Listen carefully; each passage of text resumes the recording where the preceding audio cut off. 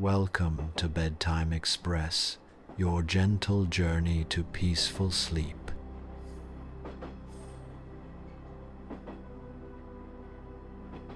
I'm your narrator, and tonight we're setting sail on a dreamy adventure across the Ottoman seas. You're about to listen to The Adventures of Piri Reis, Master Navigator of the Ottoman Seas, a soothing 3-hour bedtime story that will transport you to the 16th century Mediterranean. Follow the remarkable life of Piri Reis, the legendary Ottoman Admiral and cartographer who created some of history's most mysterious and beautiful maps. From his childhood dreams by the harbor to his years as a Corsair, and finally to the creation of his masterpiece world map, this tale is filled with wonder, discovery, and the eternal call of the sea. If you enjoy this peaceful journey, please give us a gentle like, share your thoughts in the comments below, and subscribe to Bedtime Express for more restful adventures. Your support helps us create more soothing stories for dreamers like you. Now, find your most comfortable position, close your eyes, and let your breathing slow and deepen. Allow the stresses of the day to drift away like ships disappearing over the horizon. It's time to sail into dreams with the master navigator himself. Sweet dreams, and welcome aboard the Bedtime Express.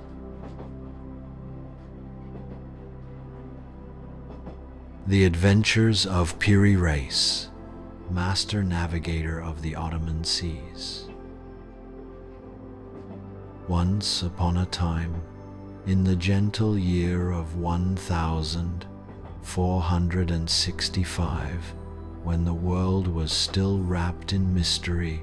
and the seas held secrets that whispered to those brave enough to listen,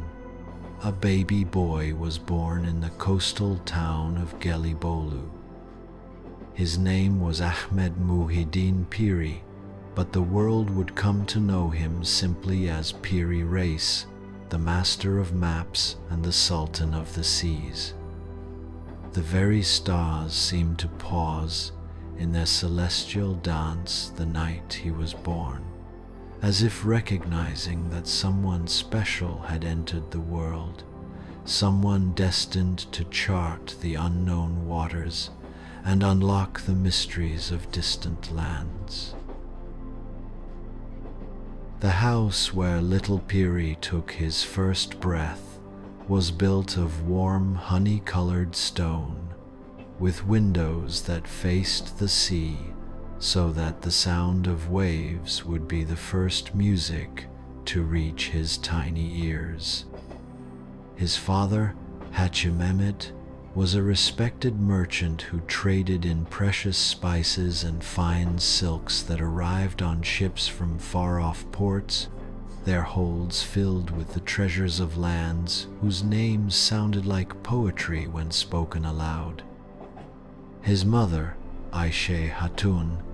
would sit by those sea-facing windows during her pregnancy, her hands resting gently on her growing belly as she watched the merchant vessels come and go, each one carrying dreams and stories from beyond the horizon. On the night of Piri's birth, an unusual phenomenon occurred that the midwives would whisper about for years to come. As the baby drew his first breath, a shooting star traced a brilliant arc across the sky, its light reflecting off the calm waters of the Dardanelles like a golden pathway leading to distant shores. The old women of Gelibolu, wise in the ancient ways of reading omens, nodded knowingly and declared that this child would be blessed by the sea itself destined to travel farther and see more wonders than any man before him. The town of Gelibolu sat like a jewel upon the shores of the Dardanelles, where the waters of Europe and Asia danced together in an eternal embrace. This was a place where civilizations had met and mingled for thousands of years, where Greek fishermen still sang songs their ancestors had sung before the birth of Homer, where Roman stones lay buried beneath Ottoman gardens, and where the very air seemed thick with the accumulated dreams of countless generations of sailors and merchants. Young Piri would sit by the harbor as a child, his small legs dangling over the warm stone walls, watching the merchant ships glide across the water like graceful swans, their sails billowing with dreams of far-off lands. The harbor of Gelibolu was a world unto itself,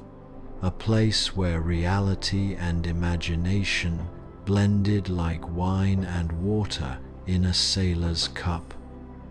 Here, Byzantine traders with silver-streaked beards would haggle over cargoes of ivory and amber, while their ships rocked gently at anchor, their holds still exhaling the exotic fragrances of distant ports. Venetian galleys would arrive with their characteristic triangular sails,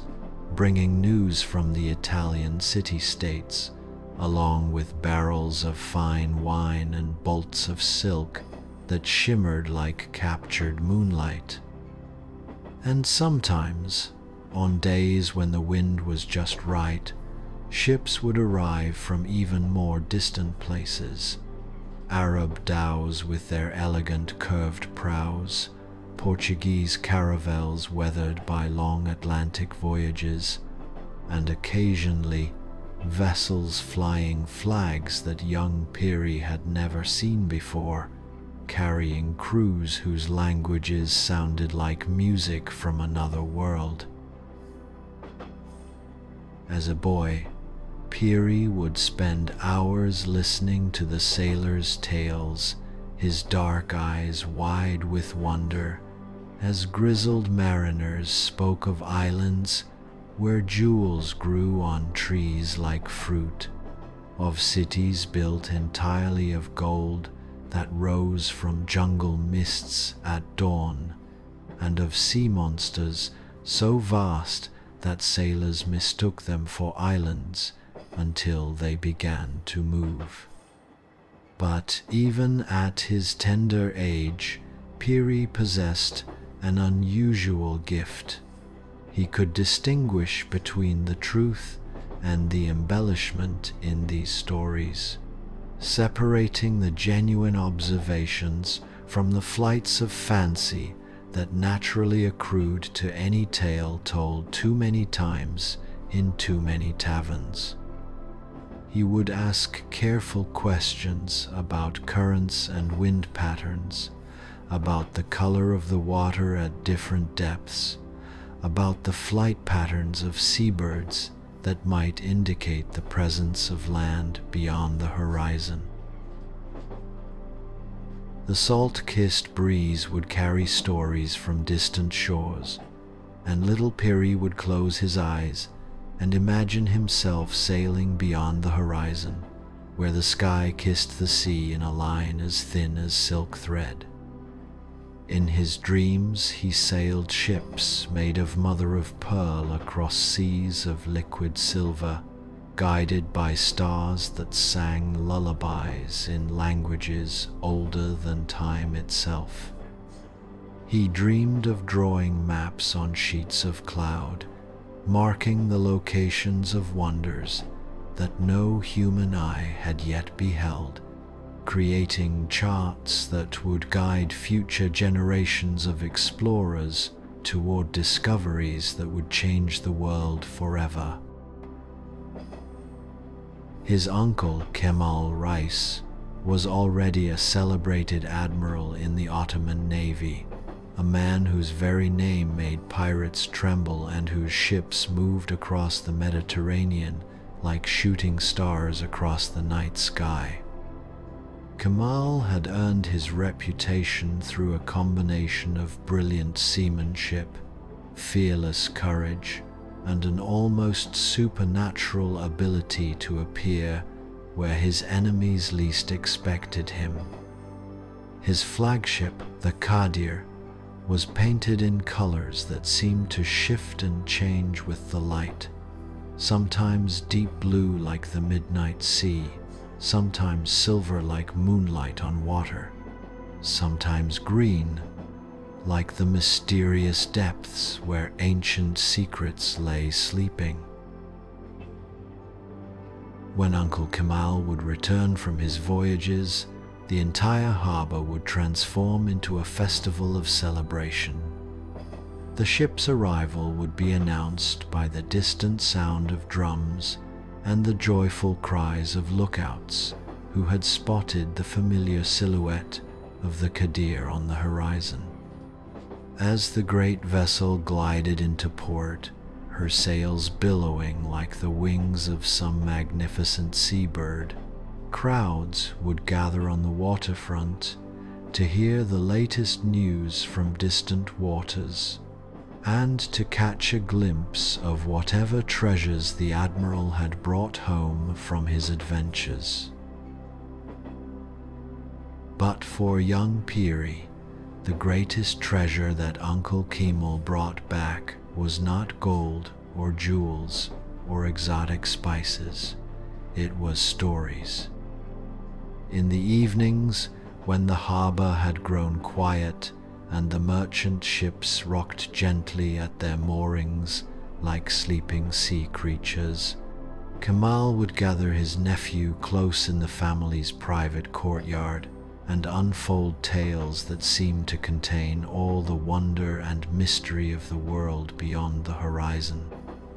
He would tell of battles won against overwhelming odds,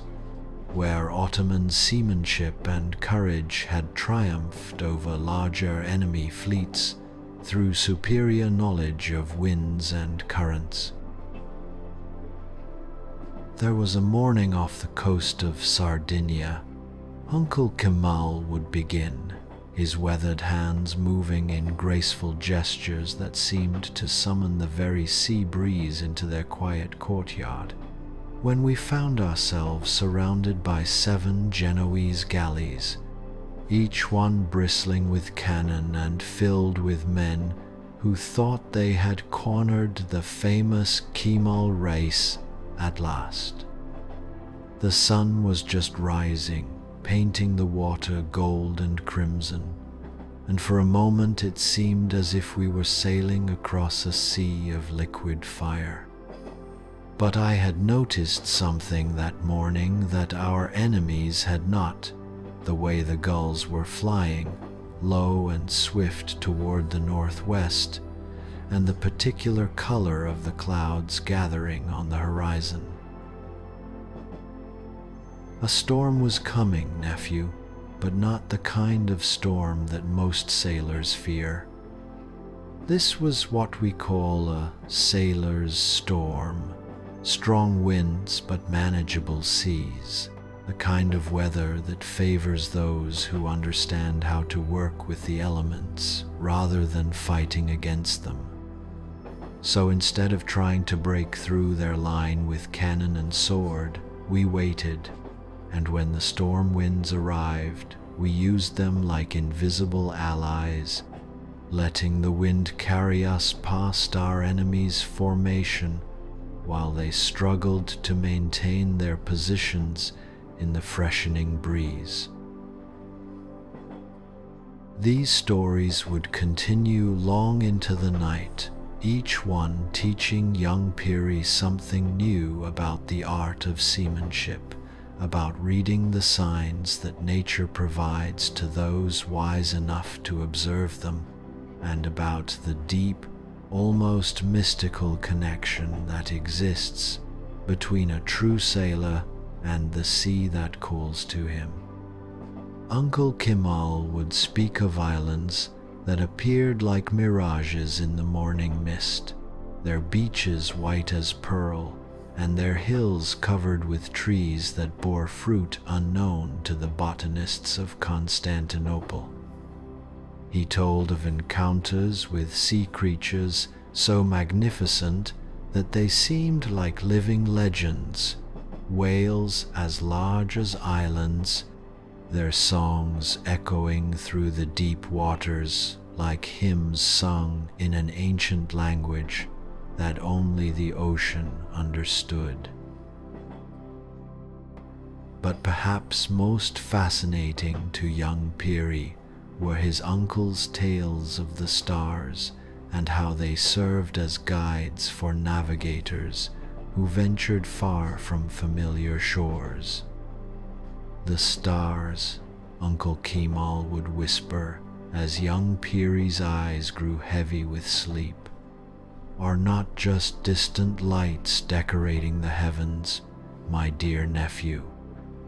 They are the eternal companions of every sailor, faithful friends who never fail to show the way home when all else seems lost. Each constellation tells a story, and those stories contain the accumulated wisdom of every navigator who has ever lived." "The sea," Uncle Kemal would whisper as the evening stars began to appear overhead, "is not just water, my dear nephew.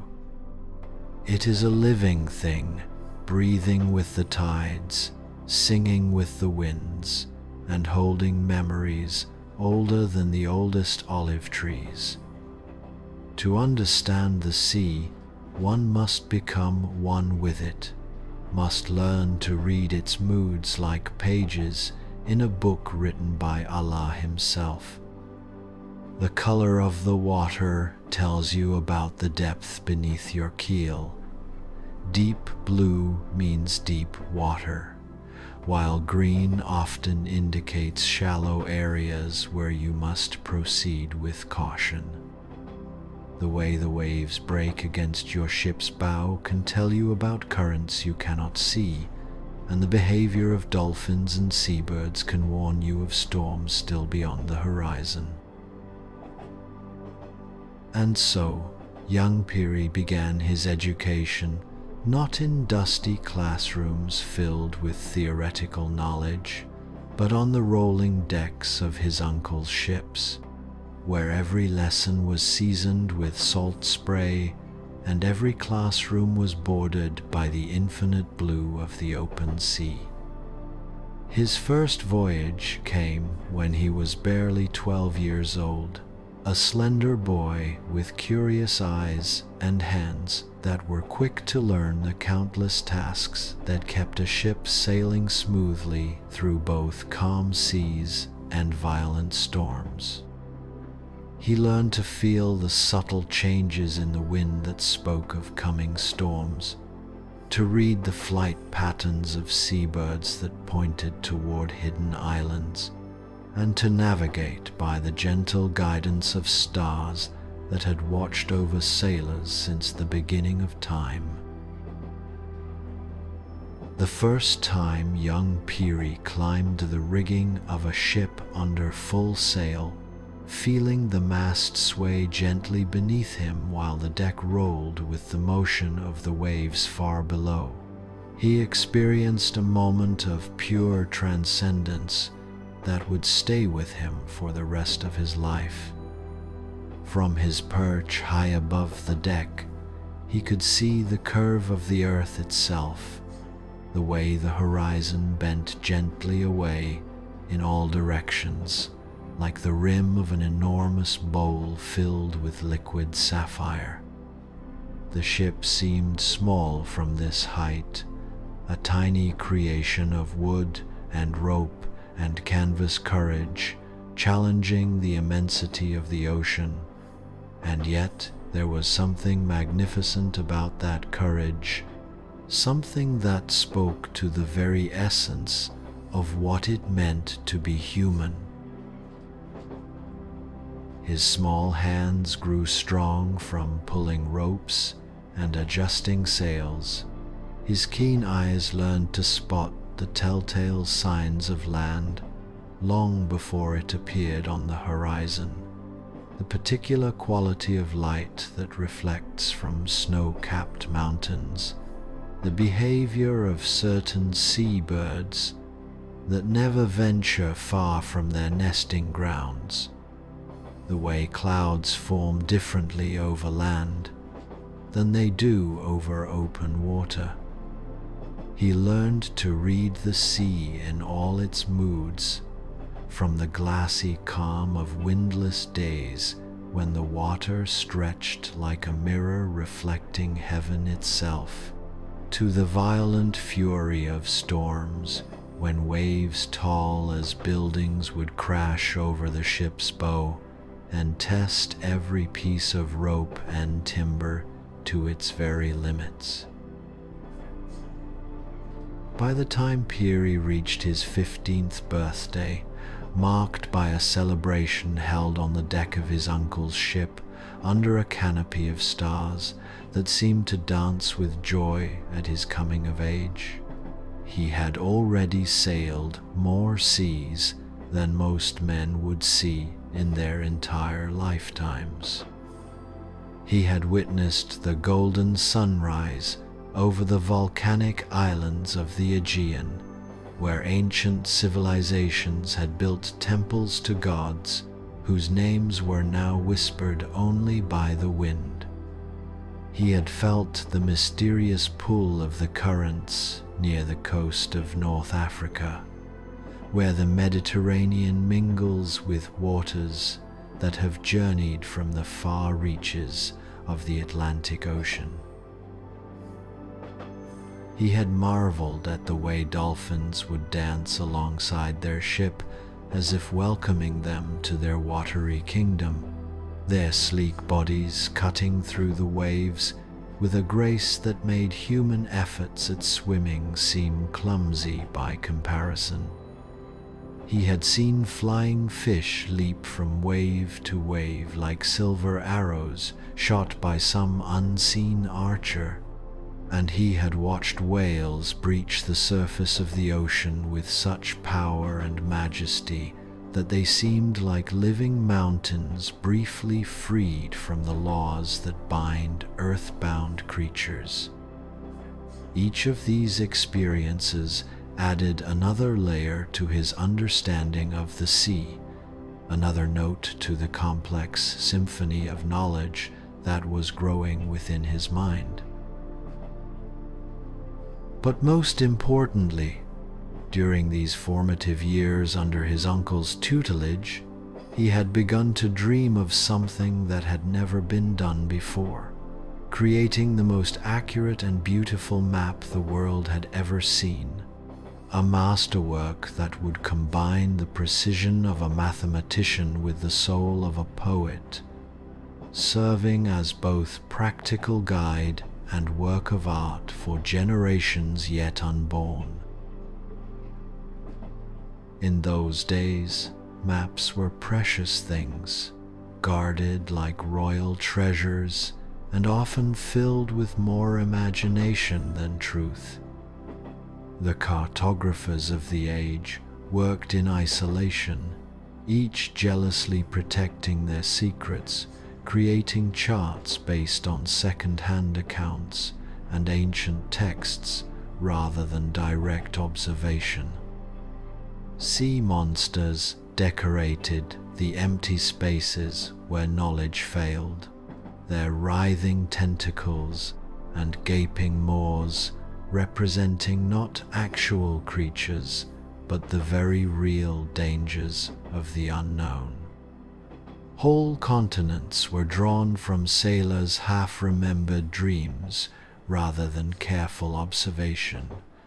their coastlines shaped more by wishful thinking than by the patient accumulation of accurate measurements.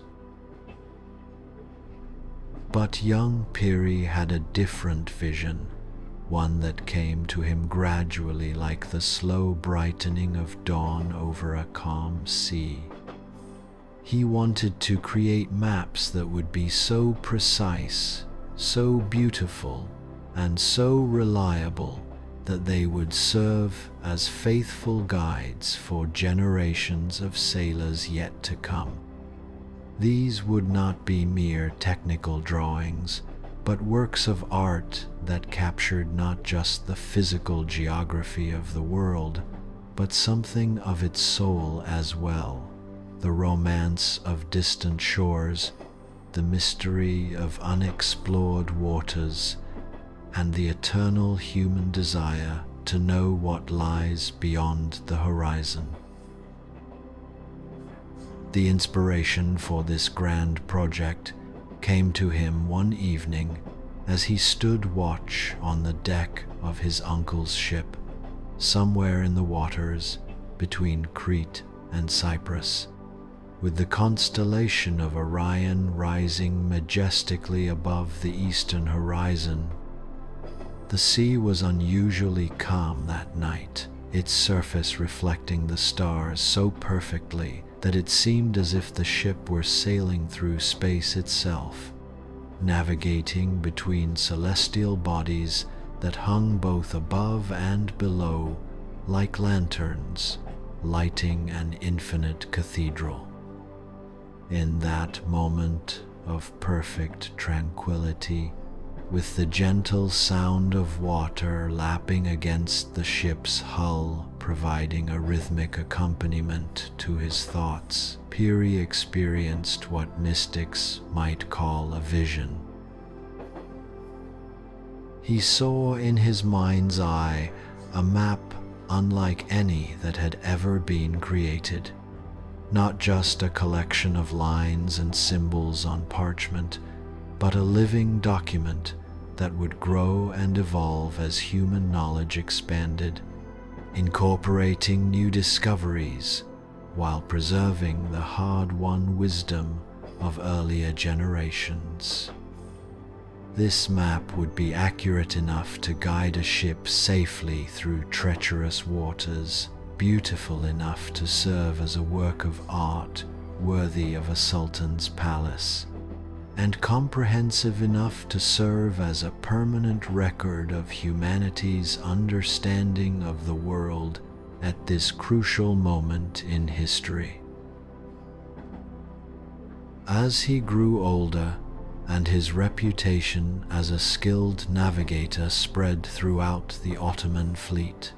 Piri began to collect every map, every chart, every scrap of navigational knowledge he could find. This was not a casual hobby, but a systematic campaign of acquisition that required all the diplomatic skills he had learned in his years of naval service. He would trade precious spices worth a small fortune for a Portuguese sailor's rough sketch of an African coastline, or spend entire evenings listening to an old Greek fisherman describe the underwater rocks and hidden channels near a particular island, committing every detail to his phenomenal memory. Each piece of information was like a star in the constellation of knowledge he was building in his mind, and slowly, very slowly, a grand vision began to take shape. He began to see the connections between different pieces of geographical information, the way that currents observed off the coast of Spain might relate to wind patterns noticed near the shores of North Africa,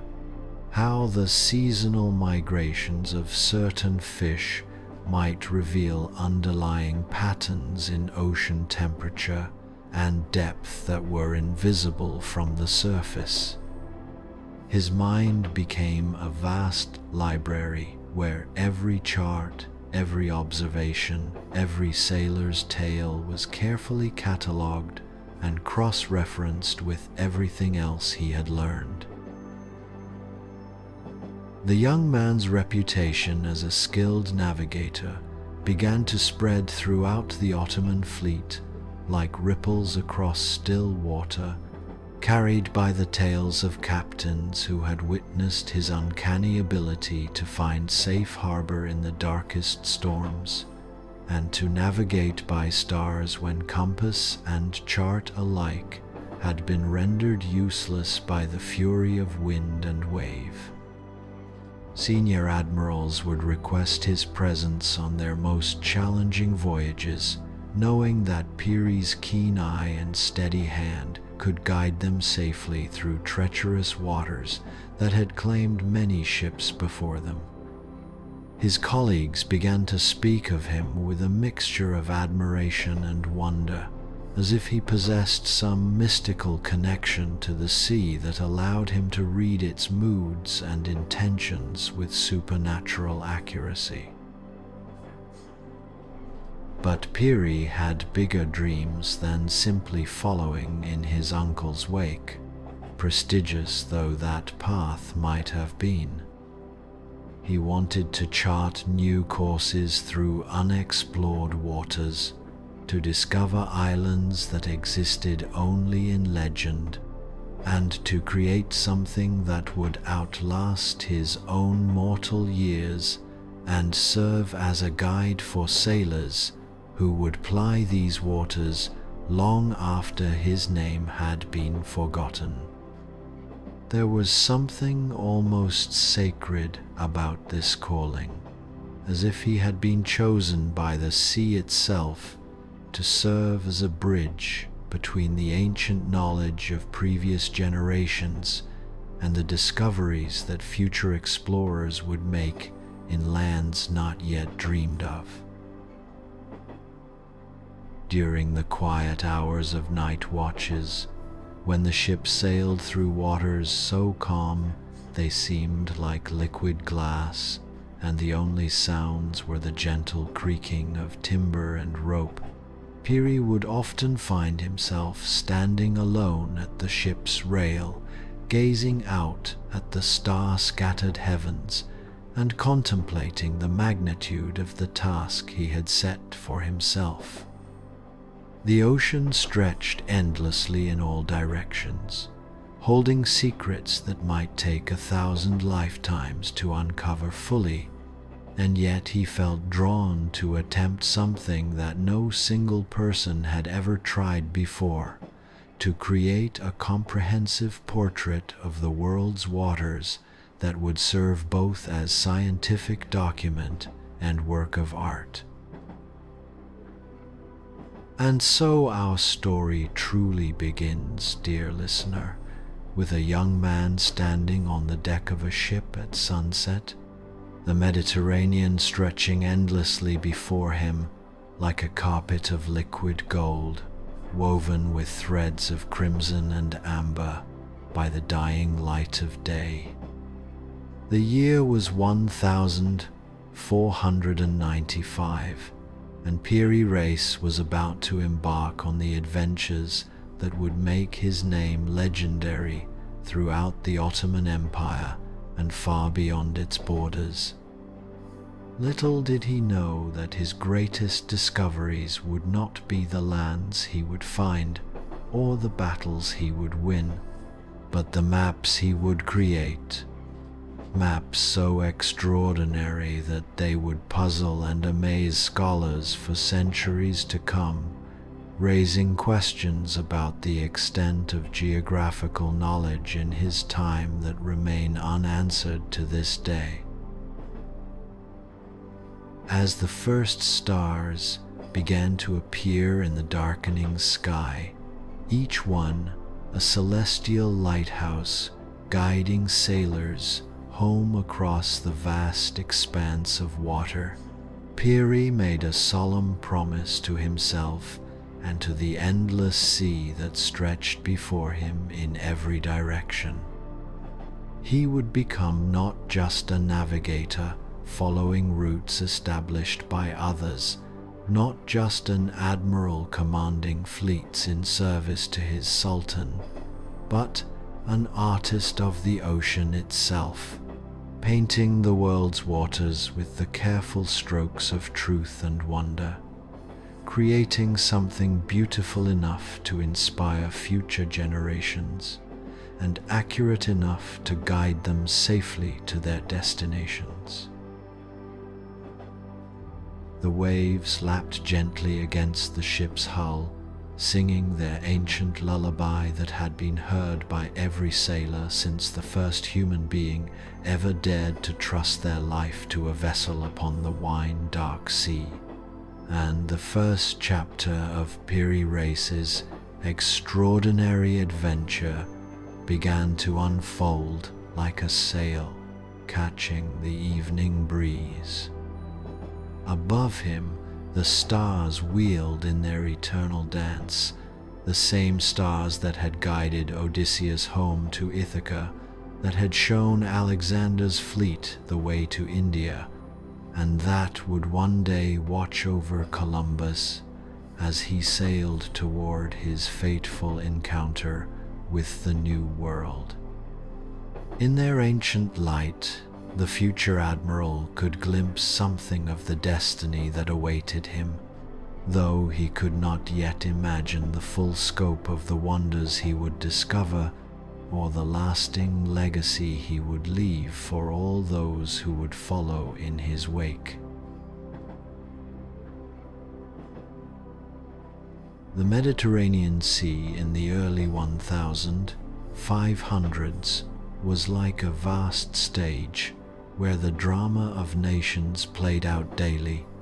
a theater of conflict and commerce where the destinies of empires were decided by the speed of ships and the skill of their commanders. Christian and Muslim fleets danced their deadly ballet across waters that had witnessed the rise and fall of empires since before the time of the pharaohs, while merchant vessels heavy with precious cargo moved like careful chess pieces between the great powers of the age, always seeking the safest routes through increasingly dangerous waters. And in this magnificent theater of salt and spray, where fortunes were won and lost with each turn of the tide, young Piri Reis was about to take his place as one of the most celebrated performers of his generation. The Ottoman Empire in those days was experiencing what historians would later call its Golden Age, a time when Ottoman ships dominated trade routes from the Black Sea to the Atlantic, and when the sight of the crescent moon banner struck fear into the hearts of Christian corsairs throughout the Mediterranean basin. The empire's naval commanders were men of extraordinary skill and courage, warriors who had learned their craft in the hardest school imaginable, actual combat against enemies who showed no mercy to those who made mistakes. Among these elite naval officers, Piri Reis stood out like a lighthouse beacon, and his nephew Piri was quickly proving himself worthy of the family tradition. Under his uncle Kemal's patient guidance, Piri learned the art of naval warfare with the same dedication that a devoted scholar might devote to ancient philosophical texts or a master craftsman might bring to the creation of a perfect work of art. But where other corsairs saw only the immediate prize of gold and glory, the tangible rewards that came from successful raids against enemy shipping, Piri's mind worked on an entirely different level. He understood that true victory lay not just in winning individual battles, but in accumulating the kind of comprehensive knowledge that would give Ottoman forces a permanent strategic advantage over their enemies. Every captured ship was not just a victory to be celebrated, but a floating library of navigational knowledge waiting to be explored and understood. While his fellow sailors searched enthusiastically for gold coins and precious jewels in the holds of conquered vessels, Piri would make his way to the captain's cabin with the quiet intensity of a scholar approaching a sacred shrine, knowing that the real treasures lay not in chests of doubloons, but in the charts and instruments that represented years of accumulated experience and observation. His reputation among the Ottoman fleet began to shift from that of a simple naval officer to something approaching that of a scholar warrior, a man who fought with sword and cannon, but whose true weapons were knowledge and understanding. There, among the personal effects and official papers of defeated captains, he would seek out the most precious treasure of all: maps, charts, logbooks, and navigational instruments that held the secrets of distant waters like messages in bottles cast upon the shores of knowledge. Each acquisition was carefully examined, compared with information he had already gathered, and integrated into the growing mental archive that he was building with the patience of a master craftsman assembling a complex work of art. His collection grew slowly but steadily, each new piece adding another facet to the grand puzzle he was assembling in his mind, another star to the constellation of geographical knowledge that would one day illuminate the entire known world. Dee worked on a different level entirely. Every captured ship was not just a victory, but a floating library of navigational knowledge waiting to be explored. When they would board a conquered vessel, while his fellow sailors searched for treasures in the hold, Piri would make his way to the captain's cabin with the quiet intensity of a monk approaching a shrine. There, among the personal effects and official papers, he would seek out the most precious treasure of all: maps, charts, logbooks, and navigational instruments that held the secrets of distant waters. His collection grew slowly but steadily, each acquisition adding another piece to the grand puzzle he was assembling in his mind.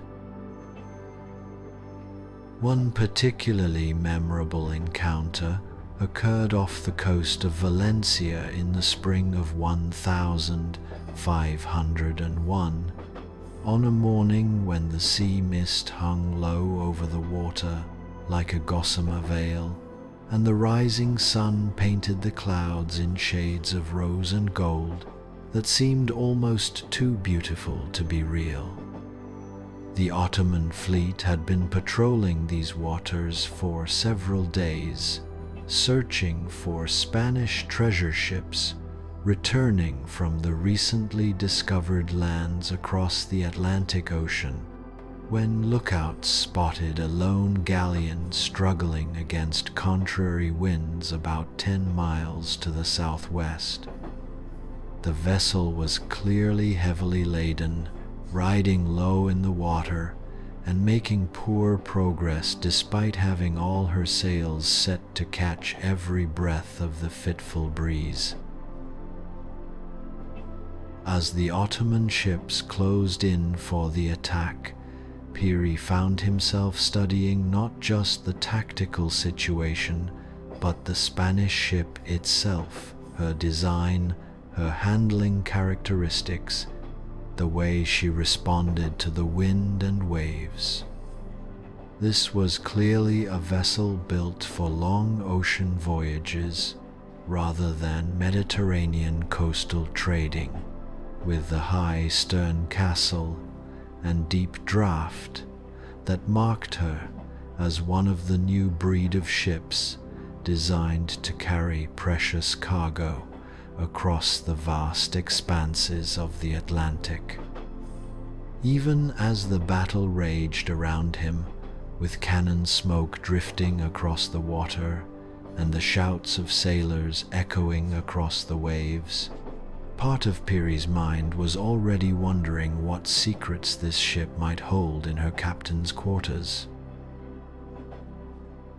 The Spanish galleon, despite being outnumbered and outgunned, put up a fierce resistance that lasted nearly 2 hours, her crew fighting with the desperate courage of men who knew their lives depended on keeping their ship out of Ottoman hands. But superior seamanship and tactics eventually told, and as the morning mist cleared completely and revealed the full scope of the Ottoman victory,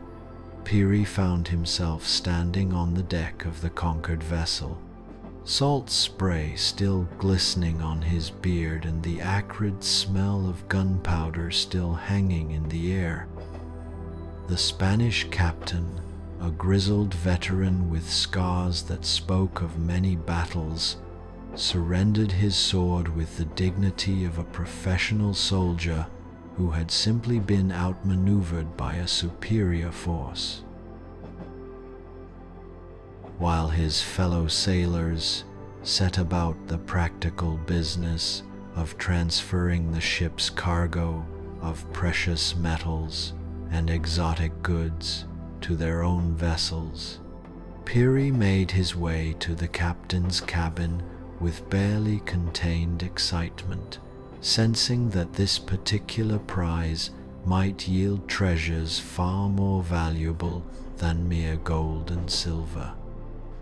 The cabin was elegantly appointed in the Spanish style, with dark wood paneling and brass fittings that gleamed despite the battering the ship had received during the engagement. But Piri's attention was immediately drawn to a large sea chest secured with multiple locks and wrapped in oiled leather to protect its contents from the dampness that was the eternal enemy of paper and parchment at sea. When he finally managed to open the chest, using keys taken from the Spanish captain's belt,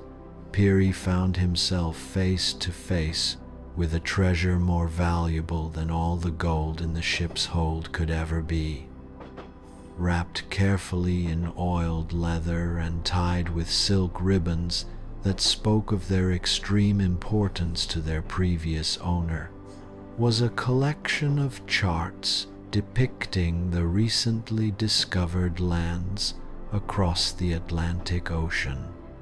Maps showing coastlines and islands that no Ottoman sailor had ever seen, territories that existed beyond the western horizon, like fragments of a dream made real through the courage and determination of explorers who had dared to sail into the unknown. These were not just any maps, but copies of charts created by Christopher Columbus himself during his historic voyages to the Americas, annotated in the great explorer's own careful handwriting and marked with symbols and notations that represented the accumulated wisdom of multiple voyages to these distant shores. As Piri carefully unrolled the first chart, his hands trembling slightly with excitement and reverence, his breath caught in his throat at the sight of coastlines drawn with meticulous care, islands positioned with mathematical precision, and harbors marked with detailed notes about depth, currents, and the availability of fresh water for ships undertaking the long voyage home. Here, drawn in careful lines of black ink on cream-colored parchment and annotated in Columbus's distinctive script, were coastlines that no Ottoman sailor had ever seen. The strange, hooked peninsula that the Spanish called Florida, the countless islands of the Caribbean scattered like jewels across an azure sea, and the vast continental landmass that stretched away to the south and west beyond the range of any single voyage to explore completely. Each map was a window into a different world, a realm of possibilities that expanded the known universe far beyond anything that previous generations of sailors could have imagined. But what fascinated Piri most was not just what the maps showed, but how they were made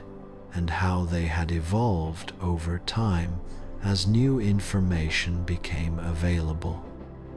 He could see where Columbus had made corrections based on subsequent observations, where new information had been added based on reports from other explorers, where the careful hand of experience had refined the rough sketches of first discovery into increasingly accurate representations of geographical reality. This was knowledge in its purest form, not the speculation of armchair philosophers working from ancient texts, but the hard-won wisdom of sailors who had risked their lives to push back the boundaries of the known world and had lived to tell about their discoveries. Night after night, as the Ottoman fleet made its way back through familiar waters toward the safety of friendly ports, Piri would study these captured treasures by the gentle, flickering light of an oil lamp in his private cabin, the ship rocking gently beneath him as she sailed through the star-scattered darkness. He would trace the newly discovered coastlines with his finger, memorizing every inlet and cape, every notation about currents and depths, every warning about hidden reefs, or recommendations about friendly harbors where ships could take on fresh water and supplies. Slowly, as the days passed and his understanding deepened, he began to see how these individual charts were like chapters in a great book of geographical knowledge, and he dreamed of one day combining them all with his own observations and the charts he had collected from other sources into a single comprehensive atlas of the world's oceans. His reputation as a scholar Corsair began to spread throughout the Mediterranean like ripples from a stone dropped into still water, carried by the stories that sailors tell in taverns from Constantinople to Gibraltar. Other captains would seek him out, not just for his undeniable skill in battle and his uncanny ability to navigate in even the most challenging conditions, but for his incredible and ever-growing knowledge of navigation and his remarkable collection of maps and charts from across the known world. Word spread that Piri Reis possessed geographical knowledge that surpassed even that of the most experienced navigators in the Ottoman fleet, and that he was always eager to trade information with anyone who had sailed waters he had not yet explored himself. The diversity of his sources was extraordinary, reflecting the cosmopolitan nature of Mediterranean maritime culture in that age of exploration and discovery. Venetian merchants seeking safe passage through Ottoman-controlled waters would share their detailed knowledge of Adriatic currents and seasonal wind patterns in exchange for safe conduct passes signed by Piri himself. Greek fishermen, whose families had worked the same waters for generations, would describe underwater rock formations and tidal peculiarities that never appeared on official charts, but could mean the difference between safe passage and disaster for the unwary navigator. Arab traders, heirs to a maritime tradition that stretched back over 1,000 years, would tell him of the seasonal monsoons that governed navigation in the Indian Ocean, of the star-guided routes that connected the ports of East Africa with the spice markets of Asia, and of the mysterious southern lands where, according to ancient legends, the very stars wheeled differently in the sky. Christian pilgrims, traveling to and from the Holy Land, would contribute their own observations about harbors and anchorages along the eastern Mediterranean coast, information gathered during voyages undertaken for spiritual rather than commercial reasons, but valuable nonetheless to anyone seeking to understand the maritime geography of the region. Sometimes this knowledge came to him voluntarily, shared freely by fellow professionals who recognized a kindred spirit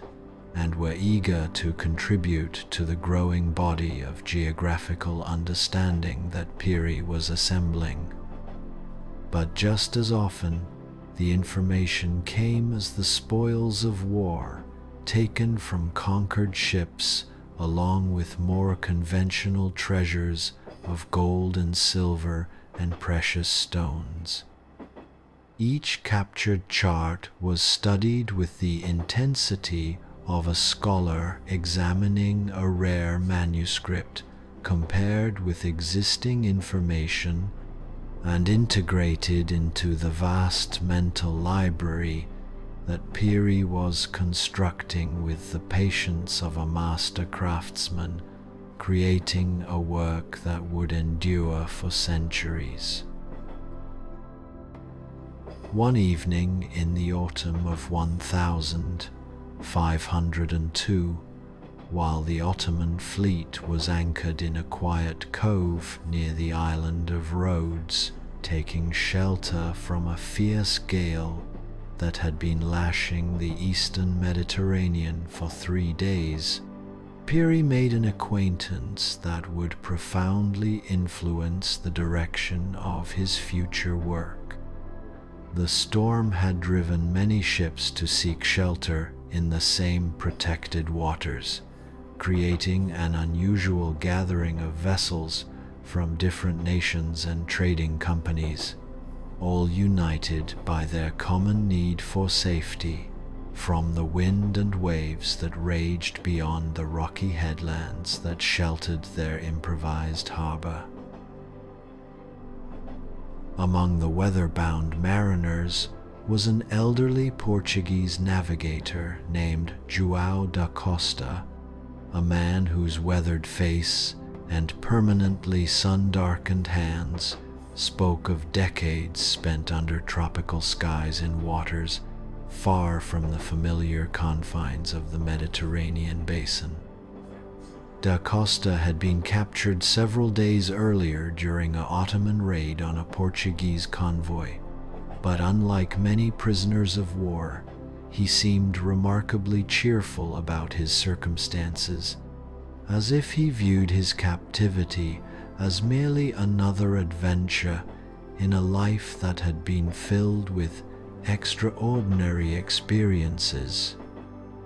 When he learned of Piri's reputation as a collector of geographical knowledge, the old sailor approached him with a proposition that would have seemed incredible coming from anyone else. Young Ottoman, the weathered sailor, said one evening as they sat together on the deck of Piri's ship, watching the stars emerge one by one in the clearing sky, his eyes twinkling with the kind of mischief that comes only to men who have lived lives filled with adventure and discovery. I have sailed waters that your people have only heard of in legends told by traders and wanderers. I have seen the great southern cape of Africa, where two oceans meet in eternal combat, their opposing currents creating whirlpools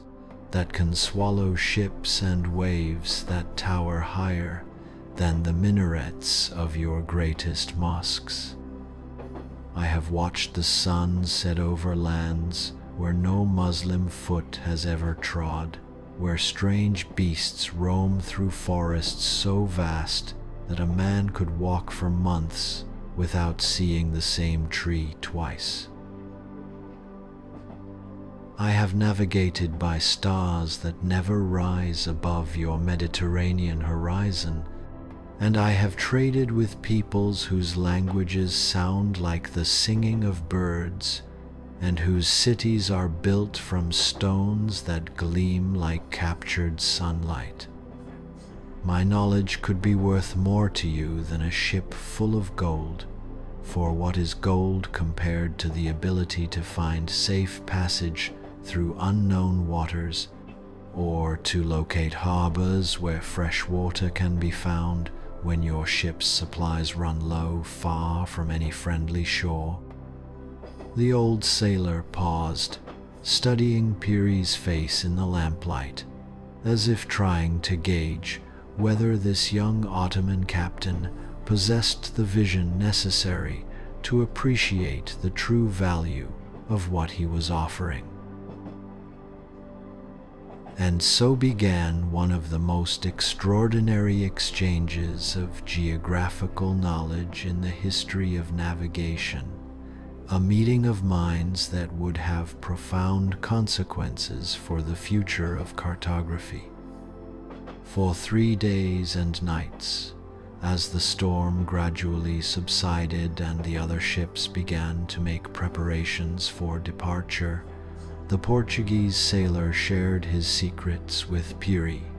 drawing charts from memory on sheets of precious parchment, describing currents and wind patterns with the precision of a mathematician, warning of seasonal storms, and noting the locations of safe harbors with the detail of a man whose life had depended on such knowledge countless times.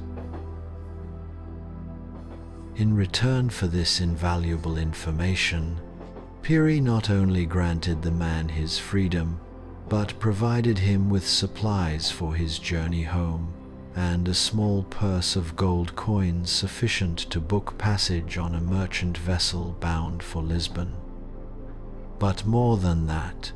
he treated the old navigator with the respect due to a fellow professional, recognizing in him a kindred spirit who understood that the true treasures of the sea were not gold or jewels, but knowledge and understanding that could guide future generations of sailors safely across the world's vast waters. When they parted company, both men knew that they had participated in something rare and valuable, a genuine exchange between scholars that transcended the political and religious divisions that so often set men at each other's throats. Years passed like pages turning in a book written by the sea itself, each one bringing new adventures, new knowledge, and new additions to Piri's ever-growing collection of geographical treasures.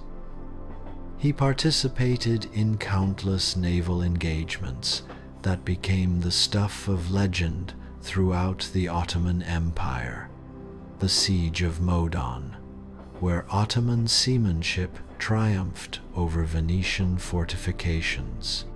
The conquest of various Mediterranean islands that had served as bases for Christian corsairs, and dozens of smaller actions that slowly but inexorably extended Ottoman naval dominance throughout the eastern Mediterranean. But for Piri, these military victories were always secondary to his true passion, which remained the patient accumulation and synthesis of navigational knowledge from every possible source. His personal library grew to include charts and sailing directions from every maritime nation of the age, a collection so comprehensive that visiting scholars from Constantinople would make special journeys to consult it. He possessed Portuguese discoveries in Africa and Asia, meticulously copied charts showing the sea routes around the Cape of Good Hope that connected Europe with the spice markets of the Orient. Spanish explorations in the Americas were represented by dozens of maps showing the Caribbean islands, the coasts of Central and South America, and the mysterious lands that lay beyond the Great Western Ocean. Italian trade routes through the eastern Mediterranean were documented with mathematical precision,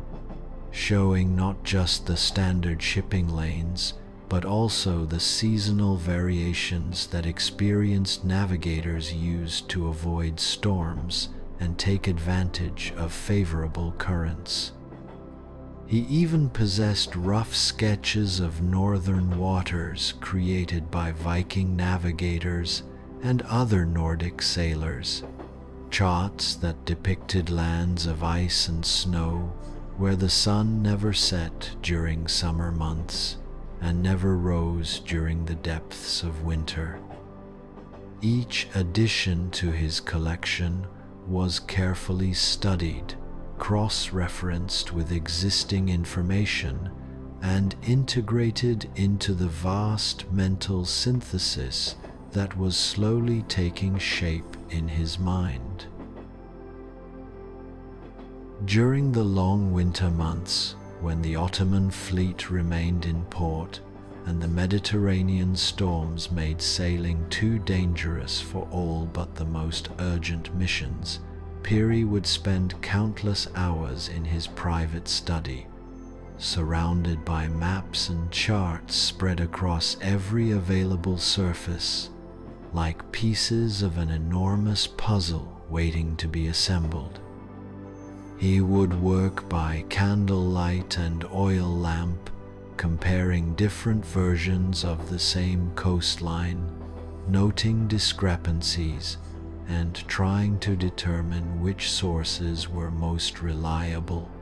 slowly building up a comprehensive understanding of the world's geography that surpassed anything that had existed before. His methodology was revolutionary for its time, combining the empirical approach of a natural scientist with the artistic sensibilities of a master craftsman. Rather than simply accepting the authority of ancient texts or relying on the unverified reports of casual travelers, Piri insisted on cross-referencing multiple sources for any geographical claim, weighting the reliability of each source based on the credentials and experience of its author. A chart created by Columbus himself, based on direct observation during actual voyages, carried far more weight in his analysis than a map copied from classical authors who had never seen the lands they described. This systematic approach to geographical knowledge was almost unprecedented in his era, when most cartographers worked in isolation and jealously guarded their sources from potential competitors. Piri, by contrast, actively sought out information from every possible source, treating knowledge as something to be shared and built upon rather than hoarded like treasure in a miser's vault. He understood intuitively that the best maps would come not from individual genius working in isolation, but from the collaborative effort of many observers combining their individual pieces of knowledge into a coherent whole. By 1511, when Piri was approaching his 46th birthday and beginning to feel the weight of years spent in active naval service, he had accumulated what was perhaps the most comprehensive collection of navigational knowledge anywhere in the world. His reputation had spread far beyond the boundaries of the Ottoman Empire, and he regularly received visits from scholars, merchants, and navigators from across Europe and the Islamic world, all eager to consult his collection or to contribute new information to his growing synthesis. But for all its impressive scope, his collection remained just that, a collection of individual pieces rather than the unified work of art and science that he had long dreamed of creating. The realization came to him gradually, like the slow brightening of dawn over a calm sea, that collecting knowledge was only half of his destiny. The other half was synthesis, combining all of this scattered wisdom into a single, magnificent work that would serve as the definitive guide to the world's oceans for generations to come. This would require him to step back from active naval service to devote himself entirely to the scholarly work that had always been his true calling, even during the years when duty had required him to serve as a warrior first and a scholar second. And so, as the autumn winds of 1511 began to whisper of winter's approach, and the olive groves around Constantinople turned silver in the slanting light, Piri Reis made a decision that would secure his place in history for all time. He would retire from active corsairing and devote the remainder of his life entirely to the creation of his masterwork, a world map of such accuracy and beauty that it would be treasured not just as a practical tool for navigation, but as a work of art worthy of the greatest palaces and the most prestigious libraries. Little did he know that this map would become one of the most mysterious and studied artifacts in the world, raising questions about the extent of geographical knowledge in his time that would puzzle scholars and inspire wonder in all who studied it for centuries to come. As he stood on the deck of his ship one final time as an active corsair, watching the sun set over waters he had sailed for nearly 2 decades. The familiar coastlines of the Aegean Islands, dark silhouettes against the golden sky. Piri felt the weight of destiny settling on his shoulders, like a comfortable cloak woven from dreams and stardust. The gathering phase of his great work was nearly complete, with his collection of charts and observations representing the accumulated wisdom of the greatest navigators of his age. And soon it would be time to begin the most important and challenging project of his entire life. The sea sang its eternal song around him, the same melody that had called to him as a child sitting by the harbor in Gelibolu, and in its ancient rhythm he could hear the echo of all the charts and stories and secrets that would soon flow from his pen onto precious parchment, creating something truly extraordinary that would preserve the geographical knowledge of his era for all future generations to study and admire. Above him, the first stars of evening began to appear, those same faithful companions that had guided him across thousands of miles of open water, and in their gentle light he could glimpse something of the magnificent work that awaited him in the months and years to come. In the year 1513, in a quiet chamber overlooking the Golden Horn in Constantinople, where the morning light streamed through tall windows that faced the east,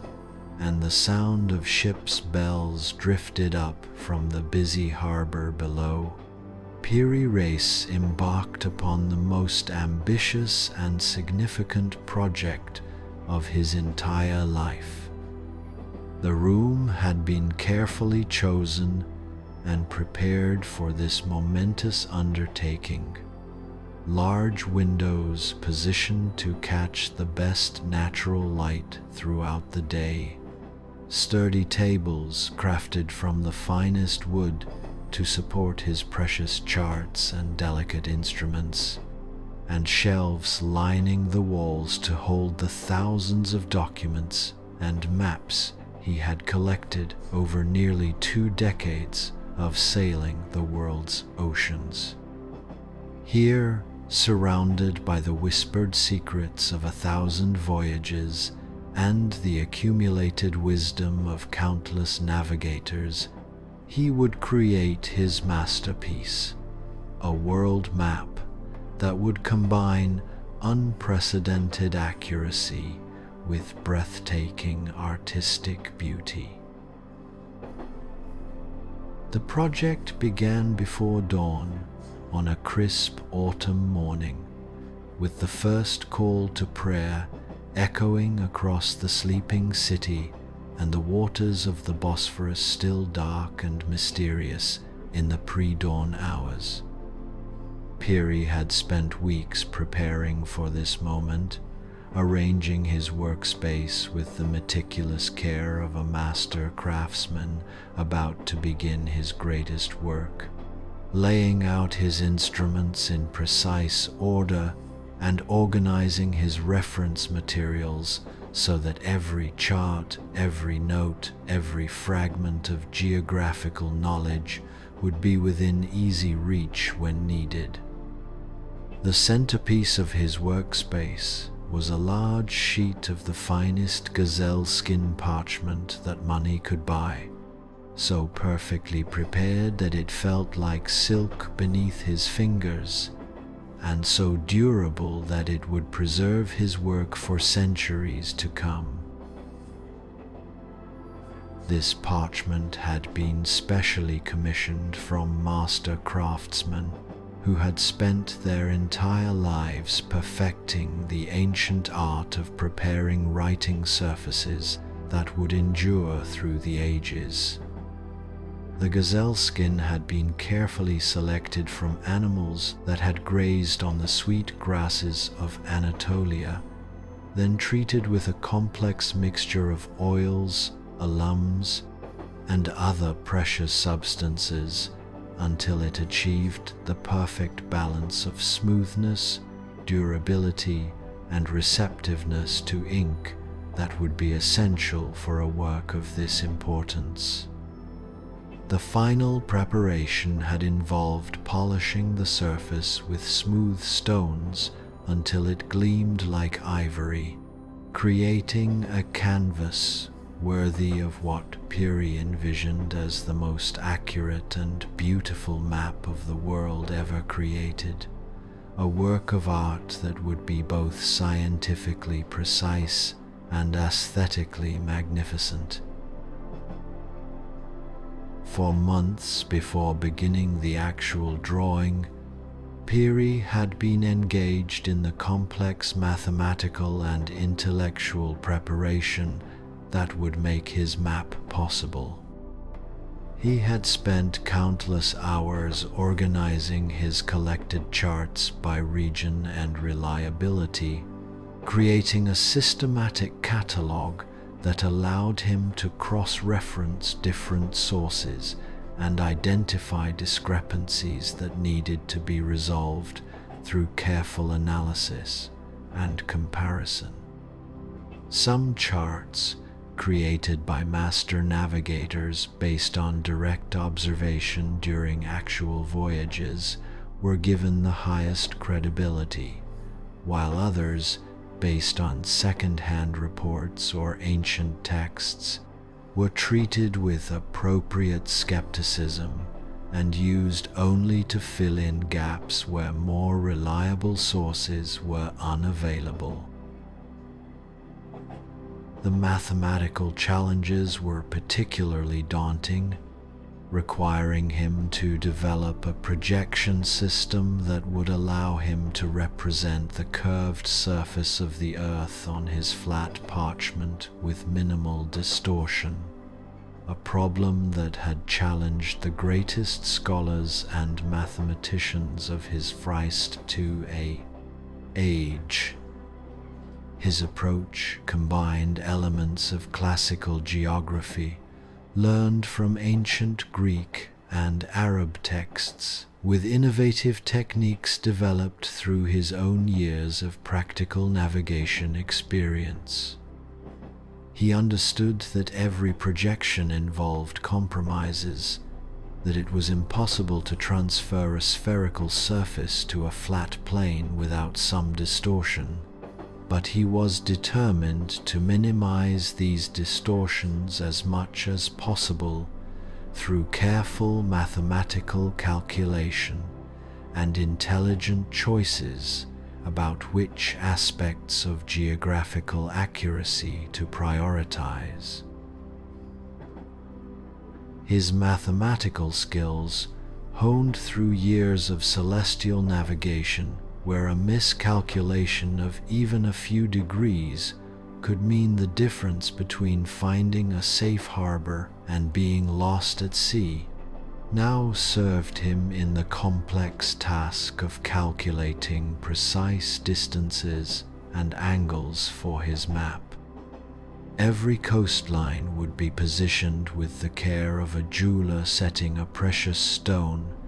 every island placed with mathematical precision based on careful analysis of multiple sources, every detail checked and rechecked to ensure the highest possible level of accuracy. This was not just map-making, but a form of mathematical art that required him to synthesize geometry, astronomy, and geography into a unified whole that would be both beautiful to look at and reliable to use. The first strokes of his pen, applied to the precious parchment on that crisp autumn morning when the golden light of dawn first illuminated his workspace, were devoted to the Mediterranean Sea, the waters he knew better than the streets of his hometown, the familiar realm where he had learned his craft and established his reputation. Each curve of the Italian coast was drawn from memory refined by countless voyages, each inlet of the Greek islands positioned based on personal observation, verified by cross-reference with the most reliable charts in his collection. Every bay along the North African shore was placed with the precision that came from having anchored in most of them personally, having felt the particular quality of their winds and observed the behavior of their tides. But even as he worked on this most familiar territory, Piri continued to consult his vast collection of reference charts, comparing his recollections with the observations of other navigators to ensure the highest possible accuracy and to catch any errors that might creep in through over-reliance on memory alone. This systematic approach to verification was revolutionary for its time, when most mapmakers worked from a limited number of sources and relied heavily on tradition and authority rather than empirical verification. Piri's method represented a new approach to geographical knowledge, one that would influence cartography for centuries to come. Of the Italian coast, each inlet of the Greek islands, each bay along the North African shore was drawn from memory refined by countless voyages. But even as he worked on familiar territory, Piri consulted his collection of charts, comparing his recollections with the observations of other navigators to ensure the highest possible accuracy. As winter settled over Constantinople like a soft blanket, Piri turned his attention to the Atlantic Ocean and the New World discoveries that had so fascinated him since that day off Valencia when he first laid eyes on Columbus's charts. Working by candlelight in the early morning hours and late into the night, he carefully transferred the outlines of the American coast onto his growing map, paying special attention to the Caribbean islands and the mysterious southern continent that some explorers claimed to have glimpsed. But Piri's map was more than just a collection of coastlines. It was a work of art that told the story of human exploration and discovery. He adorned the African interior with illustrations of exotic animals, elephants, and lions, drawn from descriptions provided by Arab traders who had traveled the trans-Saharan routes. Fantastic birds depicted from the tales of sailors who had visited the eastern coasts. Ships of various nations sailed across his painted seas, their flags and designs carefully researched to represent the maritime powers of his age. The most mysterious and controversial section of the map was the southern portion, where Piri drew what appeared to be the coast of Antarctica, a continent that would not be officially discovered by European explorers for another 300 years. How he came to include this landmass remains one of history's great puzzles, though scholars believe he may have had access to ancient charts or indigenous knowledge that has since been lost to time. Whatever the source, this portion of his map would one day cause great excitement among historians and geographers trying to understand the extent of early exploration. Throughout the long winter months, Piri worked with the patience of a master craftsman and the passion of a true artist. Each morning, he would begin by saying his prayers and then settling into his work chair, adjusting the angle of his parchment to catch the best light from the windows. His tools were simple but perfect for their purpose. Quill pens cut from the finest goose feathers, inks mixed from the most stable pigments, rulers and compasses crafted by the best instrument makers in the empire. As spring arrived and brought longer days, the map began to take its final form. The coastlines were complete, the decorative elements were in place, and all that remained was the addition of the numerous notes and annotations that would make the map not just beautiful, but useful to future navigators. These notes, written in Ottoman Turkish in Piri's careful hand, contained information about currents, wind patterns, safe harbors, dangerous reefs, and the customs of various coastal peoples. One particularly detailed annotation described the discovery of America, crediting Columbus, while also noting, with the scholarly precision that characterized all of Piri's work, that these lands had been known to ancient peoples long before the European discovery.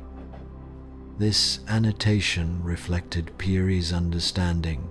that geographical knowledge often existed in oral traditions and indigenous sources long before it was recorded in the official histories of European exploration,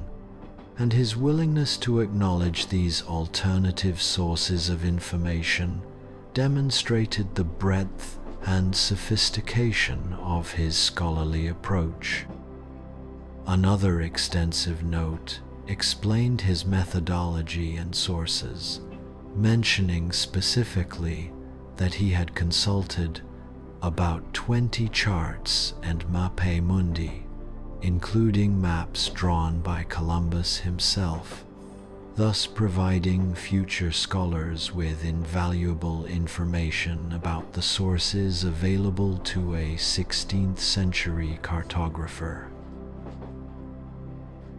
These annotations transformed the map from a mere geographical representation into a comprehensive historical document that preserved not only the physical features of the known world, but also the accumulated knowledge and experiences of countless explorers, traders, and navigators who had risked their lives to expand the boundaries of human understanding. Each note was carefully positioned to provide maximum information without cluttering the visual impact of the map, demonstrating Piri's skill not just as a geographer and historian, but as a designer who understood the importance of balancing utility with aesthetic appeal. When the map was finally completed, in the early summer of 1513, as the roses bloomed in the palace gardens and the warm Mediterranean breeze carried the scent of jasmine through his workshop windows, it measured approximately 90 by 65 centimeters and contained more accurate geographical information than any single map that had come before it in human history. The achievement represented not just Piri's individual genius, but the culmination of centuries of geographical exploration and discovery, synthesized by one man's extraordinary vision into a unified work of art and science. But more than its undeniable scientific value and historical importance, the completed map was a thing of profound and lasting beauty, a work that elevated cartography from mere technical drawing to the realm of high art, demonstrating that the pursuit of scientific accuracy need not come at the expense of aesthetic magnificence. The colors were rich and harmonious, chosen not just for their visual appeal, but for their symbolic significance and their ability to convey information about different types of terrain and water depth. The lettering was elegant and easily readable, executed in the finest calligraphic tradition of Islamic scholarship, while the decorative elements were both informative and aesthetically pleasing, adding layers of meaning and visual interest to the overall composition. The completed map represented a perfect fusion of East and West, combining the best elements of Islamic geographical scholarship with the latest discoveries of European exploration, creating something that transcended the political and religious divisions that so often separated the scholars of different civilizations. In an age when maps were often closely guarded state secrets, Piri's work demonstrated the universal value of geographical knowledge and the importance of sharing scientific discoveries for the benefit of all humanity. Piri knew that he had created something special and historically significant, but he could not have imagined that his map would survive for more than 500 years, becoming one of the most studied and celebrated cartographic works in history. He certainly could not have foreseen that in the 20th century, his map would be analyzed by computer programs and compared with satellite imagery, revealing levels of accuracy that would astonish modern geographers and raise fascinating questions about the sources of geographical knowledge available to 16th century scholars. All he knew as he set down his pen for the final time and stepped back to admire his completed masterpiece was that he had fulfilled his lifelong dream of creating a faithful and beautiful portrait of the world as it was known in his time. The summer afternoon light streamed through his workshop windows, illuminating the finished map with a golden glow that seemed to bring the painted continents and oceans to life, making the decorative ships appear to move across their painted seas, and the illustrated animals seem to stir in their exotic habitats. As he stood there, contemplating his achievement, Piri felt the deep and lasting satisfaction that comes only to those who have pursued their passion with complete dedication and achieved something that will outlast their own mortal existence. Outside his window, the golden horn sparkled in the afternoon sun like a pathway made of liquid diamonds, and the sound of ships' bells drifted up from the harbor below, where vessels from across the known world continued their eternal dance of commerce and exploration. The world was vast and still full of wonders waiting to be discovered, coastlines yet to be mapped and islands yet to be found. But for now, he had captured as much of it as any single person could manage, preserving it in lines of precious ink and washes of carefully chosen color that would guide and inspire navigators for centuries to come. The map would soon find its way into the hands of Sultan Selim I, who would recognize its extraordinary value and ensure its preservation in the imperial library. But even more importantly,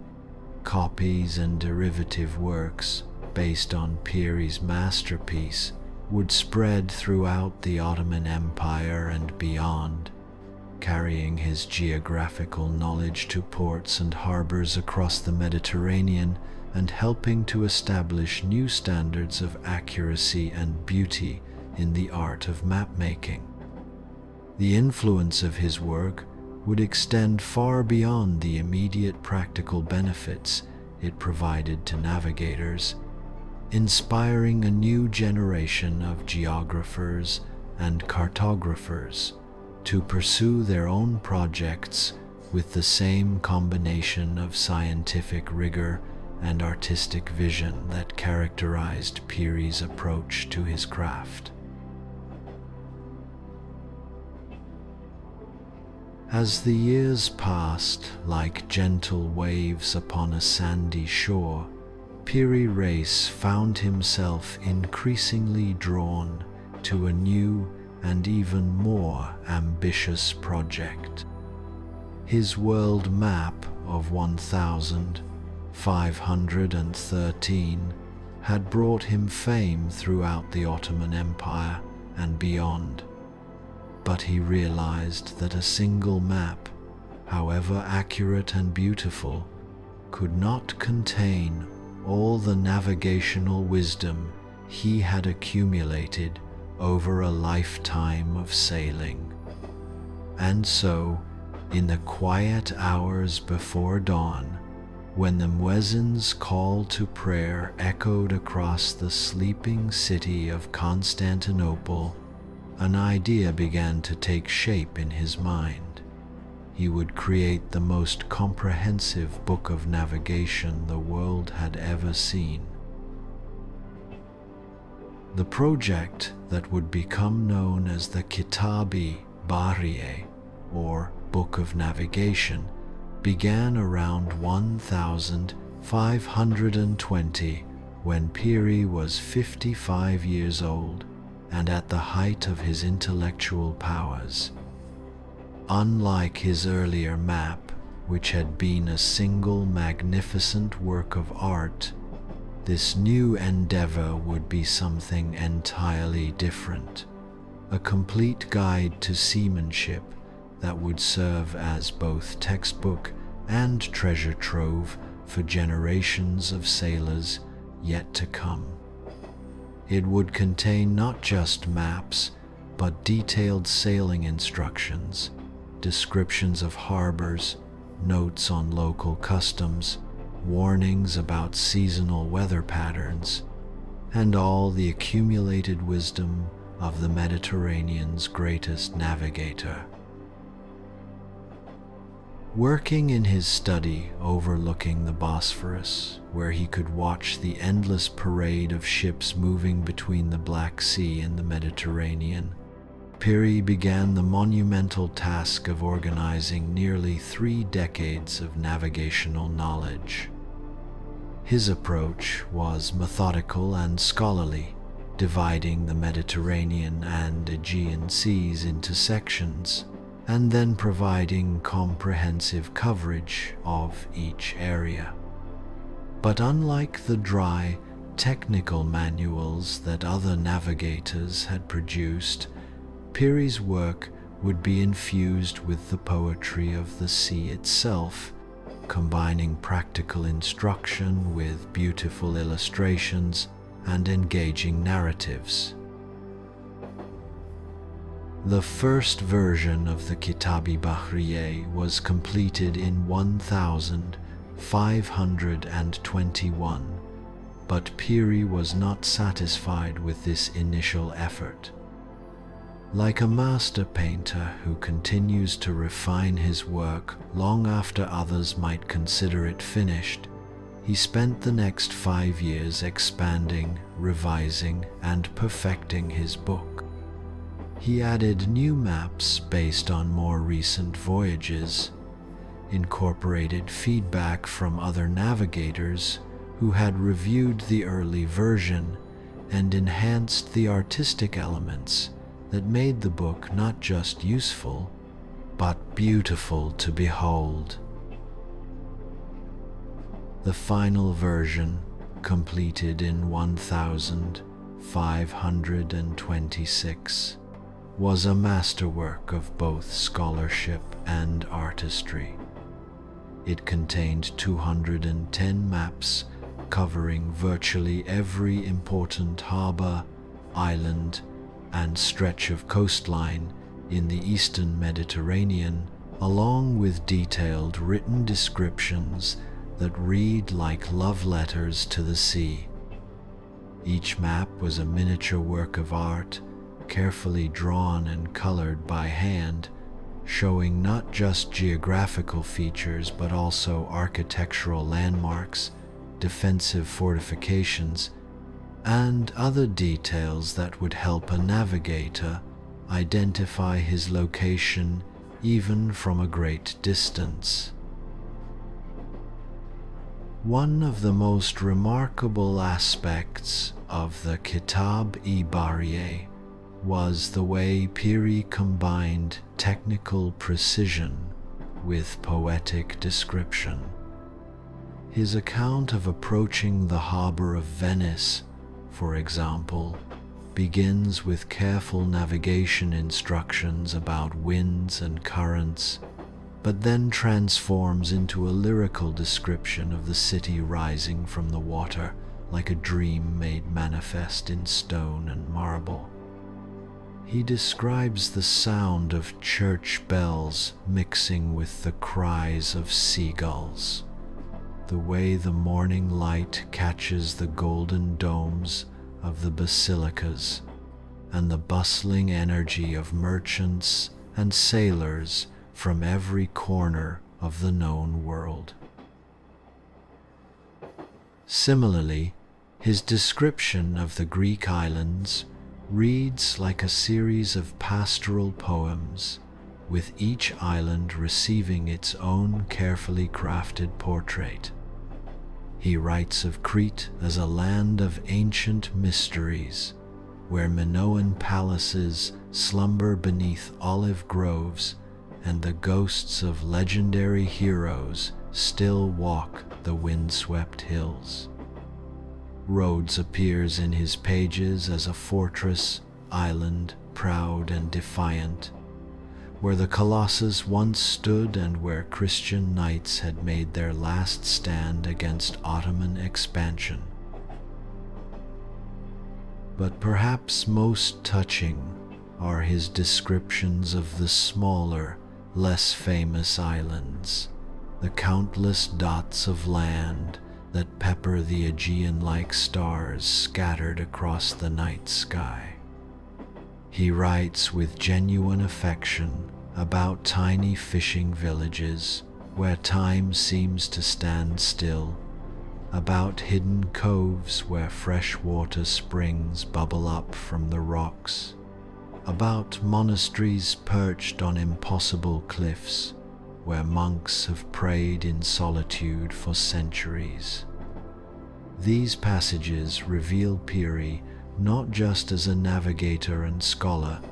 but as a man who truly loved the sea and all its wonders. The Kitab-i Bahriye was more than just a navigation manual. It was also an ethnographic study that preserved valuable information about the diverse peoples and cultures of the Mediterranean world. Piri's years of travel had brought him into contact with Greeks and Italians, Slavs and Arabs, Christians and Jews, and he recorded his observations about their customs, languages, and ways of life with the curiosity of a natural anthropologist. His descriptions of local festivals, traditional crafts, religious practices, and social customs provide modern historians with invaluable insights into Mediterranean life in the early 16th century. The book also contained practical advice that went far beyond simple navigation. Piri included sections on ship maintenance, weather prediction, emergency repairs at sea, diplomatic protocols for dealing with foreign port authorities, and even recommendations for the best local foods and wines in various harbors. A captain using the Kitab-i Bahriye would know not only how to navigate safely to his destination, but also where to find the best shipwright for repairs, which merchants offered fair prices for cargo, and what gifts would be appropriate for local officials. When the final version was presented to Sultan Suleiman the Magnificent in 1526, it created a sensation at the Ottoman court. The Sultan, himself a man of considerable learning and artistic taste, immediately recognized the book's extraordinary value, both as a practical tool for the Navy and as a work of art that reflected the glory of Ottoman scholarship. He ordered that copies be made for the Imperial Library and for distribution to the most important naval commanders throughout the empire. But perhaps the greatest testament to the Kitab-i Bahriye's value was its continued use by navigators for centuries after Piri's death. Well into the 18th century, Ottoman sea captains were still consulting Piri's maps and following his sailing instructions, finding them more reliable than many more recent works. The book's combination of accuracy, completeness, and practical wisdom made it an indispensable tool for anyone who made their living from the sea. Today, surviving copies of the Kitab-i Bahriye are treasured in museums and libraries around the world, studied not only by historians of navigation, but also by art historians who marvel at the book's beautiful illustrations and elegant calligraphy. Modern scholars have confirmed the remarkable accuracy of Piri's maps and the reliability of his navigational advice, recognizing him as one of the greatest cartographers and maritime scholars in history. But beyond its historical and scientific value, the book remains a testament to one man's passionate love affair with the sea, and his desire to share that knowledge with all who would follow in his wake. As the evening stars appeared over the Bosphorus, and the call to prayer echoed once again across the ancient city, Piri Reis could rest, knowing that he had created something that would outlast his mortal years, a gift to future generations of sailors who would carry his wisdom with them as they ventured forth upon the eternal, ever-changing sea. The golden years of Piri Reis's life unfolded like a perfectly crafted map, each day adding new details to the grand design of his extraordinary existence. By the 1530s, he had achieved everything a navigator could dream of: fame throughout the empire, the respect of scholars and sailors alike, and the satisfaction of knowing that his works would guide mariners for generations to come. But the sea, that eternal mistress who had claimed his heart so many decades ago, had one more great adventure in store for him. In 1547, Sultan Suleiman the Magnificent appointed the aging Piri Reis as Capudan Pasha, Admiral of the Ottoman fleet in the Indian Ocean. At 82 years old, when most men would be content to sit by the fire and tell stories of their youth,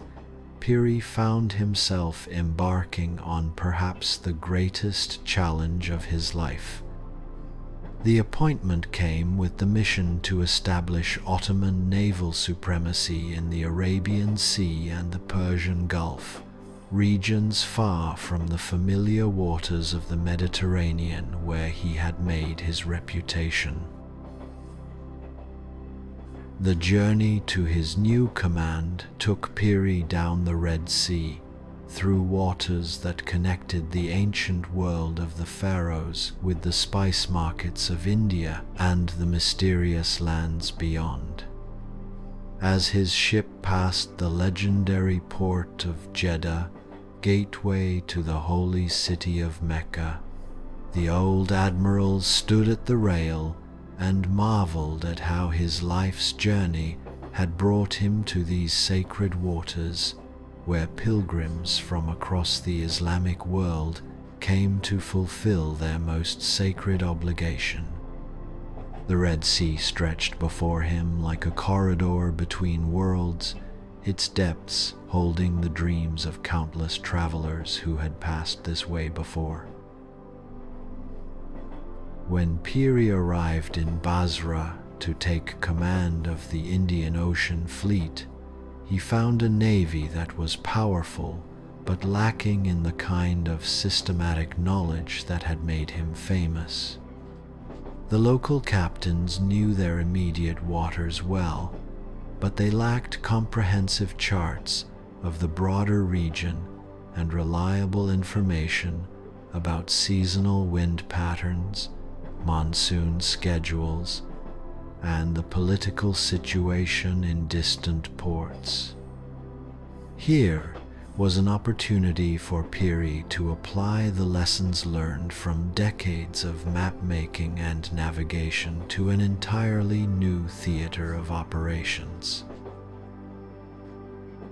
Despite his advanced age, Piri threw himself into his new role with the enthusiasm of a young midshipman on his first voyage. He began immediately to collect information about the Indian Ocean, interviewing Arab traders who had sailed its waters for generations, consulting with Persian captains who knew the routes to India and beyond, and studying what few charts existed of these distant seas. Just as he had done in the Mediterranean decades earlier, he began to envision a comprehensive mapping project that would bring the same level of precision to the Indian Ocean that his Kitab-i Bahriye had brought to the Mediterranean. His first major expedition took him to the Portuguese stronghold of Hormuz, the strategic island that controlled access to the Persian Gulf and served as a crucial link in the spice trade routes that connected Europe with Asia. The campaign was a success, demonstrating that Ottoman naval power could project itself effectively even in these distant waters. But for Piri, the military victory was secondary to the geographical knowledge he gained during the operation. As he sailed through the Strait of Hormuz, observing the interplay of currents and tides, noting the seasonal variations in wind patterns, and studying the defensive arrangements of various ports, Piri was already planning the maps and descriptions that would help future Ottoman admirals operate effectively in these waters. His keen eye, sharpened by more than half a century of observation, missed nothing. The color of the water that indicated different depths, the flight patterns of seabirds that revealed the locations of hidden reefs, the architectural styles that could help identify a port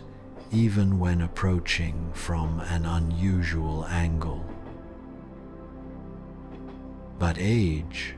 that universal navigator that guides all mortal vessels toward their final harbor, was beginning to take its toll on the great admiral.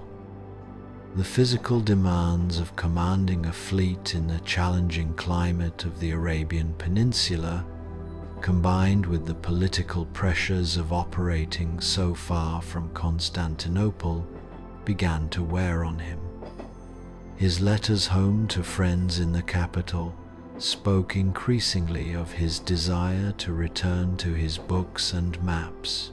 to spend his remaining years completing the comprehensive atlas of the Indian Ocean that was taking shape in his mind.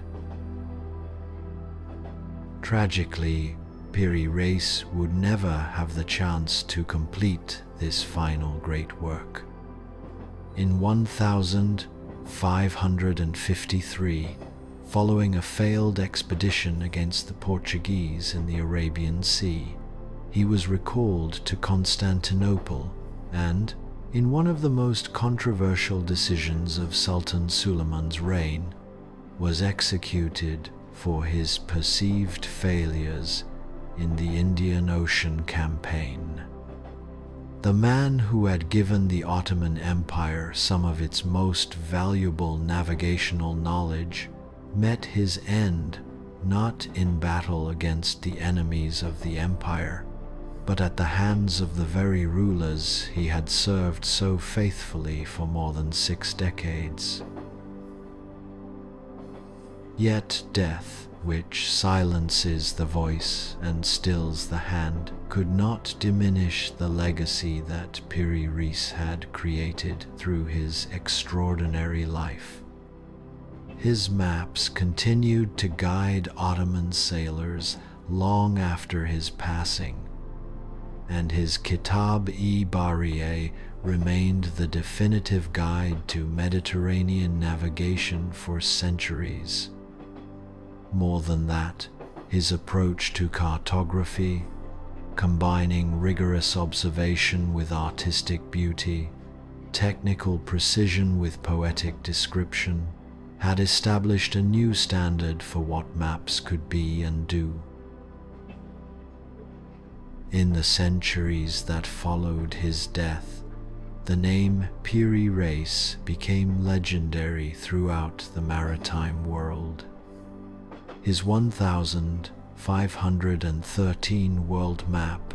rediscovered in the Topkapi Palace in 1929, caused a sensation among modern scholars who marveled at its accuracy and the mystery of its sources. Geographers studying the map with 20th century technology found that Piri's depiction of the South American coastline was more accurate than maps made centuries later, and his inclusion of what appeared to be the Antarctic coast sparked debates that continue to this day. The discovery of his map in the modern era seemed almost magical, as if the ghost of the old admiral had reached across the centuries to remind the world of the power of careful observation, meticulous research, and artistic vision. Universities around the world began to study not just his geographical accuracy, but his methods, the way he synthesized information from multiple sources, cross-checked his data for reliability, and combined scientific precision with aesthetic beauty. Modern cartographers recognized in Piri Reis a kindred spirit, a fellow artist-scientist who understood that the best maps are not just tools for navigation, but windows into the soul of the world itself. Today, when satellites can map the Earth's surface down to the smallest detail, and GPS systems can guide travelers with unprecedented precision, the work of Piri Reis might seem like a quaint relic of a bygone age. But those who study his maps and read his writings understand that he was engaged in something far more profound than mere technical drawing. He was creating a portrait of the world as it existed in his time, preserving not just geographical features but the dreams, fears, and aspirations of the people who lived along those carefully drawn coastlines. His maps show us a world where the boundaries between the known and unknown were fluid and exciting, where every voyage might reveal new wonders, and where the patient accumulation of knowledge was seen as one of humanity's highest callings. They remind us that before the age of instant communication and satellite imagery, the creation of an accurate map required not just technical skill, but courage, curiosity, and an almost mystical ability to synthesize scattered fragments of information into a coherent whole. In an age when information travels at the speed of light, there is something deeply moving about imagining Piri Reis working by candlelight, carefully transferring the hard-won knowledge of countless sailors onto his precious sheets of parchment. But perhaps the most beautiful aspect of Piri Reis's legacy is the way his work reminds us that the best human achievements come from love rather than mere ambition. His maps and his great book of navigation were not created simply to advance his career or gain wealth and fame, though they certainly brought him both. They were created out of a deep love for the sea, for the art of navigation, and for the dream of preserving and sharing knowledge that might help future generations of sailors find their way safely across the world's waters. As we reach the end of our story, dear listener, let us imagine Piri Reis one final time, standing on the deck of a ship at sunset, watching the stars appear one by one in the darkening sky. Each star was a friend to him, a reliable guide that had helped him find his way across thousands of miles of open ocean. The constellations told stories older than any human memory, and in their ancient patterns he could read the eternal truths that connect all sailors across all times and all seas. The waves beneath his ship sang their timeless song, the same melody they had sung for Odysseus and Sinbad, for Columbus and Da Gama, and for countless unnamed sailors who had ventured forth into the unknown in search of knowledge, treasure, or simply the indescribable joy of seeing what lies beyond the horizon. In that song, Piri could hear his own legacy, not just the maps he had drawn or the books he had written, but the eternal human drive to explore, to understand, and to share that understanding with others who would follow in his wake. And so, our tale of Piri Reis, master navigator of the Ottoman seas, comes to its gentle conclusion. His ships have long since returned to the elements from which they were built. His mortal form has rejoined the earth and sea he loved so well, but his true legacy sails on in every map that guides a traveler home, in every act of careful observation that adds to human knowledge, and in every dream of distant shores that stirs in the heart of someone gazing out across the endless, ever-changing sea. The stars continue their eternal dance overhead, just as they did in Piri's time, and somewhere in their gentle light, the spirit of the great navigator lives on, still charting courses through the vast ocean of human knowledge and wonder. Rest now, dear listener, and let your dreams carry you across those same waters that once bore the ships of Piri Reis toward adventures beyond the edge of the world. The sea remembers all who have loved her truly, and in her ancient memory, the greatest of sailors achieve a kind of immortality, their names whispered forever in the sound of waves upon distant shores.